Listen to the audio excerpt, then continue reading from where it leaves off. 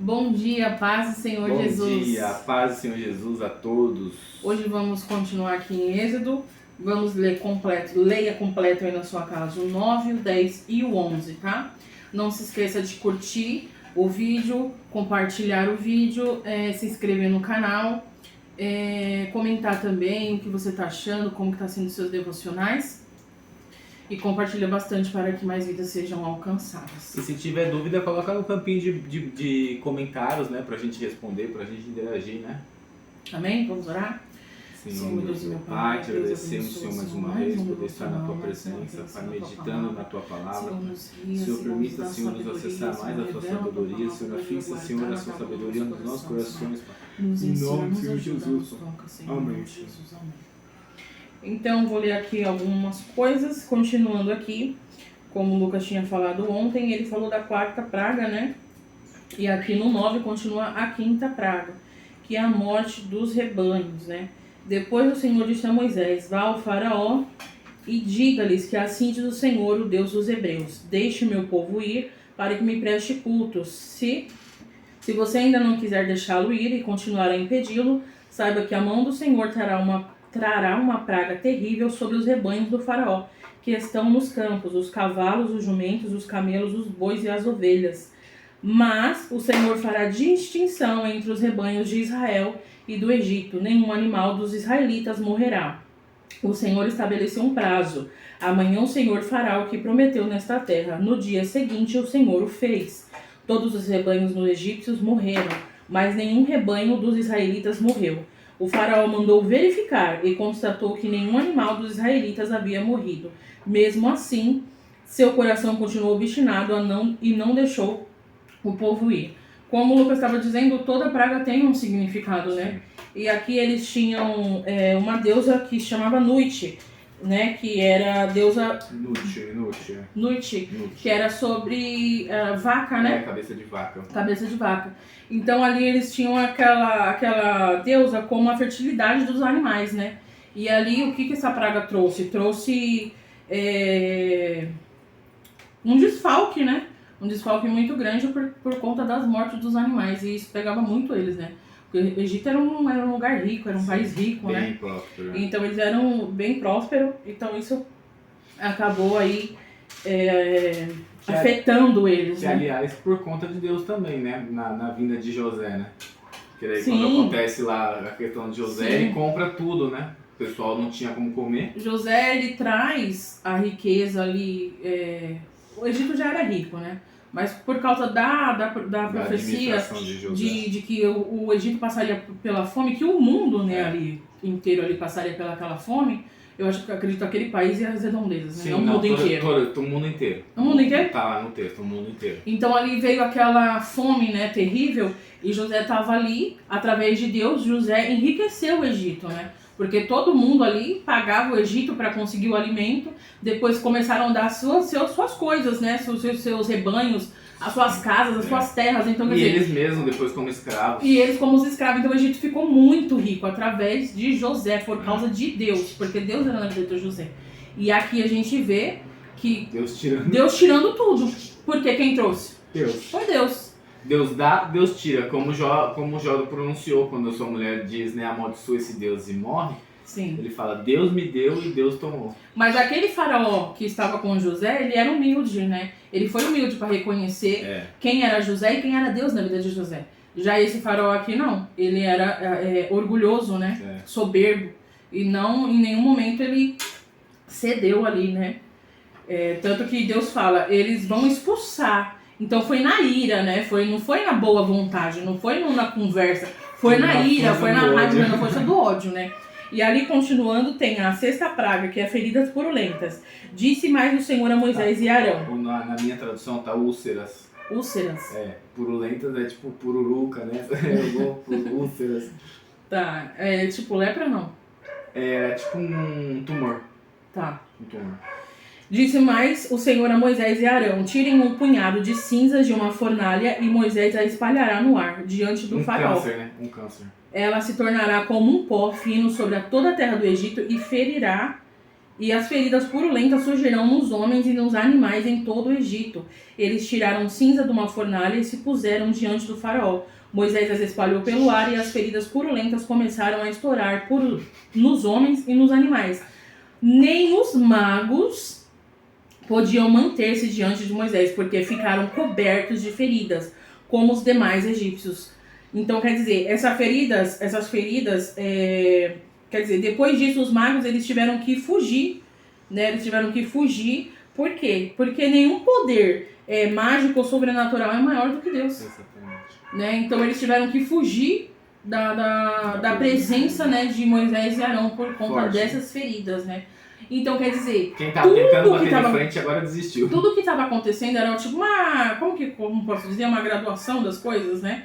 Tipo assim, começou muito leve. Uma escala. Começou muito leve, eu deixo vocês copiar, né? E o coração de Faraó endurecendo. E aí Deus foi mostrando mais e mais o seu poder. Porque toda a glória seja dada a ele, né? Ele poderia ter mostrado tudo de uma vez, mas não. Ele queria que o povo, que Faraó temessem a Deus, né?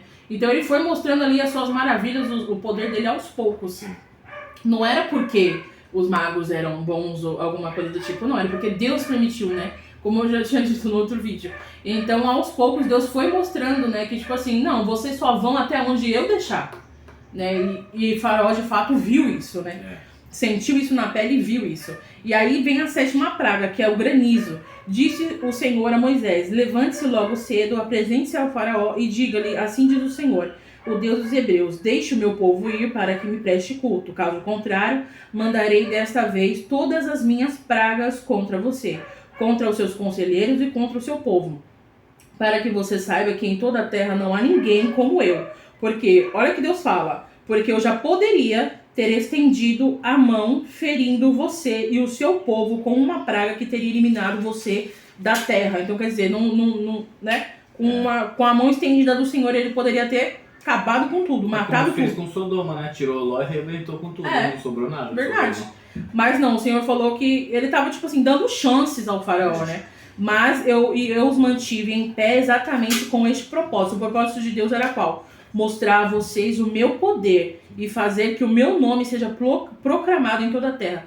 Deus, ele foi muito conhecido depois disso daqui. Sim. Deus, ele, né, já era conhecido, mas aqui foi quando o povo começou a temer muito, né, o Deus dos israelitas, né? Por quê? Então isso aqui tinha um propósito. Sim. Deus mostrar quem ele era. Talvez até não só para Faraó, mas para todos ao redor e todos, né? Porque quando chega lá na frente, que eles vão derrubar Jericó, eles já sabem de todas as histórias. Então eles já temem a Deus. Quer dizer, passaram quantos anos? 40 anos. É isso? Foi. Passaram-se 40 anos e as histórias ainda existiam. Então, quer dizer, a história existe até hoje. Até hoje a gente sabe das maravilhas que o Senhor fez ali no Egito por causa de quem? Do povo dele. Exatamente.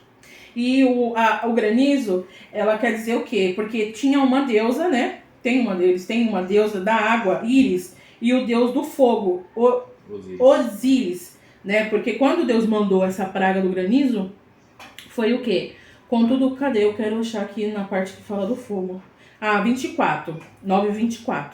Caiu o granizo e raios cortavam o céu em todas as direções. Como que tá o seu? O seu fala de fogo, né? Qual? Cadê? 24, 9:24. Nunca houve uma tempestade de granizo como aquela. Pedras e fogo. Então são misturado. Pedras e fogos misturados. Granizo é fogo? Não, granizo é pedra. Granizo e raios, porque o meu tá granizo e raios, cortavam o céu em todas as direções. O raio, dependendo de onde pegar, pega fogo. Eletricidade, né? Mas dependendo de onde pegar, pega fogo. Nunca houve uma tempestade de granizo como aquela em todo o Egito, desde que este se tornou uma nação. Em todo o Egito, o granizo atingiu tudo que havia nos campos, tanto os homens como os animais, destruiu toda a vegetação, além de quebrar todas as árvores. Somente na terra de Gósen, onde estavam os israelitas, não caiu granizo. Mais uma vez, Deus cuidando do povo israelita e destruindo, acabando com o Egito, por causa do coração, da dureza do coração de Faraó. Então Faraó mandou chamar Moisés e Arão e disse-lhes: desta vez eu pequei. Aí ele reconheceu que dessa vez, depois de muita tragédia, eu pequei. O Senhor é justo, eu e o meu povo é que somos culpados. Aqui ele já começa a proclamar, né, a falar quem é verdadeiramente o Senhor, que o Senhor é justo e que ele pecou. E ele tá mostrando também um exemplo do que vem no Apocalipse, né? Apocalipse, 8:7 diz assim, o primeiro anjo tocou a trombeta, o primeiro anjo, e houve granizo e fogo misturados com sangue e foram atirados à terra, então foi queimada a terça parte da terra. Interessante, é uma referência, né? Uma referência. E aí no 28 continua, orem ao Senhor, o faraó pedindo a Moisés, orem ao Senhor. Os trovões de Deus e o granizo já são demais, eu os deixarei ir, não precisam mais ficar aqui. E aí no 29 continua, Moisés respondendo, assim que eu tiver saído da cidade, erguerei as mãos em oração ao Senhor. Os trovões cessarão e não cairá mais granizo, para que saibais que a terra pertence ao Senhor. Mas eu bem sei que tu e teus conselheiros ainda não sabem o que é tremer diante do Senhor Deus. E deixa eu ver aqui no 33. Assim Moisés deixou o faraó, saiu da cidade, ergueu as mãos ao Senhor, os trovões e o granizo cessaram e a chuva parou. Quando o faraó viu que a chuva, o granizo e os trovões haviam cessado, pecou novamente, obstinou-se em seu coração, ele e seus conselheiros. E aí eu já tinha dito, né, sobre a deusa Íris e o deus do fogo, Osíris, né? E ali no capítulo 10, continua, a 8ª praga, gafanhotos. O Senhor disse a Moisés, vá ao faraó, pois o tornei obstinado o coração dele e os seus conselheiros, a fim de realizar estes meus prodígios entre eles, para que você possa contar a seus filhos e netos como zombei dos egípcios, e como realizei meus milagres entre eles. Assim vocês saberão que eu sou o Senhor. Dirigiram-se, pois, Moisés e Arão e ao faraó, Moisés e Arão ao faraó e lhe disseram, assim diz o Senhor, o Deus dos hebreus, até quando você se recusará a humilhar-se perante mim? Deixe ir o meu povo para que me preste culto. No 10. Não, calma. E aí no 7º, só uma observação, né? Que os conselheiros já estavam cansados.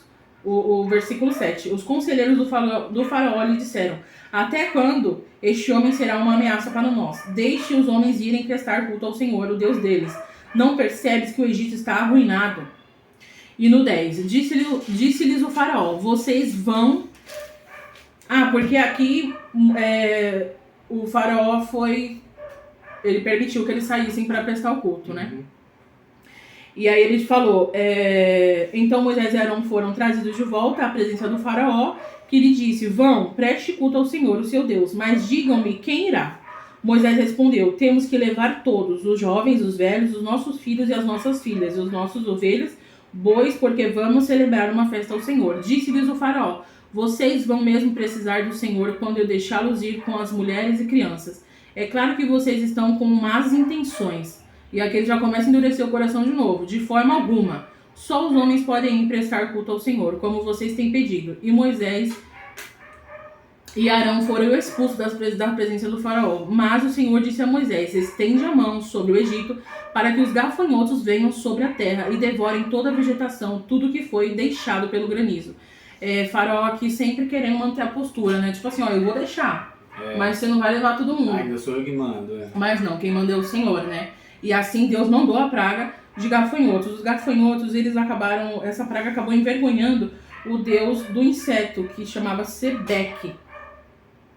E ali, na 9ª praga, vem as trevas. Quanto Deus, né? Eles tinham muitos deuses, né? E eu vou falar sobre isso, calma, deixa eu terminar. O Senhor, e a 9ª praga, que são as trevas. O Senhor disse a Moisés, estenda a mão para o céu e trevas cobrirão o Egito. Trevas tais que poderão ser apalpadas. Você tem noção disso? Eles puderam apalpar a escuridão, as trevas, de tão densa que era. Moisés estendeu a mão para o céu. Ser tipo uma neblina, né? A neblina a gente consegue tocar, né? Eu não sei, nunca toquei. Moisés estendeu a mão para o céu e por 3 dias houve densas trevas em todo o Egito. Ninguém pôde ver ninguém, nem sair do lugar durante 3 dias. Todavia, todos os israelitas tinham luz nos locais em que habitavam. Então o faraó mandou chamar Moisés e disse, vão e prestem culto ao Senhor, deixe somente as ovelhas e os bois, as mulheres e as crianças podem ir. E ali ele, ainda tentando impedir que todos fossem, mas não, Moisés não aceitou. E as trevas, elas acabaram envergonhando o Deus do sol, que é o Deus Ra. E eles temiam muito a escuridão, né? E justamente porque adoravam esse Deus Sol. Eles nem saíram, né? Eles nem saíam. Eu tô tentando achar a palavra certa pra encaixar no meu direitinho. Eles nem saíam à noite por conta da escuridão, né? Porque eles adoravam esse tal Sol, esse tal Deus Ra, que era o Deus Sol. Até tem, os egípcios têm um Deus da noite, né? Só que o Deus das trevas, que é o Anubis. Mas ele já é tipo o Deus dos mortos. Então, tipo, saiu à noite já é um perigo pra eles. Sim. Então eles não saíam. E ali, Faraó continuando sendo, né, duro, querendo deixar, mas não deixava todos irem, né? Eles queriam que os animais ficassem, mas Moisés falou, não, a gente precisa levar todos os animais, porque vamos sacrificar ao Senhor. Não sabemos ainda quais, mas vamos sacrificar, né? Então o Senhor mandou as trevas por conta disso. No 11, vai anunciar a 10ª praga. Eu não vou falar sobre isso, porque eu vou deixar pro Lucas falar, porque é para dar continuidade na última praga aí. E aí, o que vem na minha cabeça aqui, né? É engraçado que todos esses elementos são animais ou coisas do ar, insetos. E aqui, coisas visíveis. Deus deixou mais provado do que tudo de que Ele é o único Deus. Sim. Que Ele manda, Ele faz. Porque aqui no 29 diz, Moisés respondeu, assim que eu tiver saído da cidade, erguerei as mãos em oração ao Senhor. Os trovões cessarão e não cairão mais granizo, para que saibais que a terra pertence ao Senhor. Então esses deuses aqui era tudo fajuto.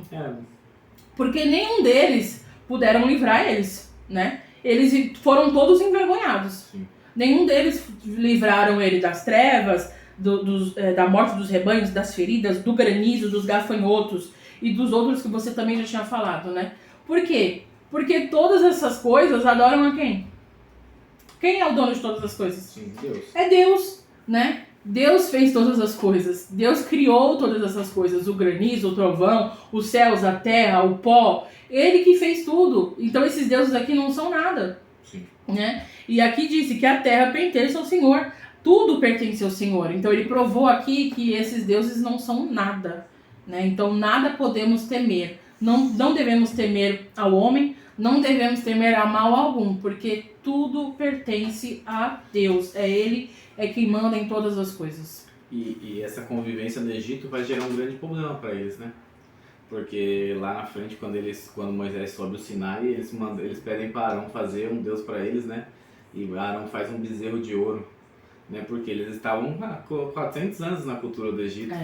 Então, automaticamente, quando você não sai aquilo que a gente estava falando no vídeo anterior, do testemunho, da dúvida, gerou dúvida, Deus não trabalha.